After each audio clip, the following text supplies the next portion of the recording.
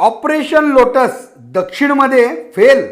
माननीय पालकमंत्री यांनी पुढाकार घेत सुरू केलेले ऑपरेशन लोटस संपूर्ण जिल्ह्यात धुमाकूळ घालत असताना दक्षिण सोलापूर तालुक्यातील माजी आमदार, सहकारातील दिग्गज नेते, कृषी उत्पन्न बाजार समितीचे सभापती दिलीप माने यांच्या बाबतीत मात्र या लोटस ऑपरेशनला ब्रेक लागल्याचे दिसत आहे.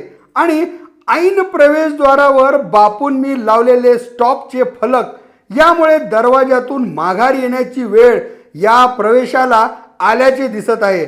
आणि बापूंचे मान आणि स्थान याची चर्चा होत असून दुसरीकडे काँग्रेस कार्यकर्त्यांच्या फलकावर, तेही प्रणितीताईंच्या वाढदिवसांच्या शुभेच्छा फलकावर दिलीप मानेंचे फोटो झळकत असल्याने मालक स्वगृहीच राहणार का पक्षांतराला काही काळ विश्राम दिला आहे याबाबत ही चर्चा होत आहे.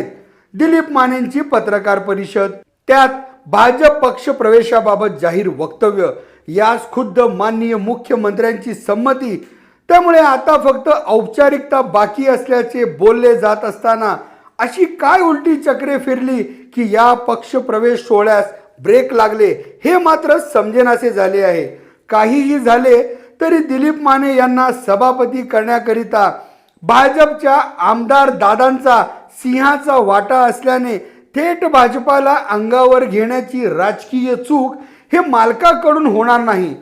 तर मग भाजप प्रवेशाची घाई झाली का मग बापूंच्या दिल्लीश्वरांकडून यास विरोध, असे अनेक प्रश्न अनुत्तरितच असून आज मितीस मात्र हे ऑपरेशन लोटस दक्षिणच्या बाबतीत मात्र फेल ठरल्याचे दिसत आहे.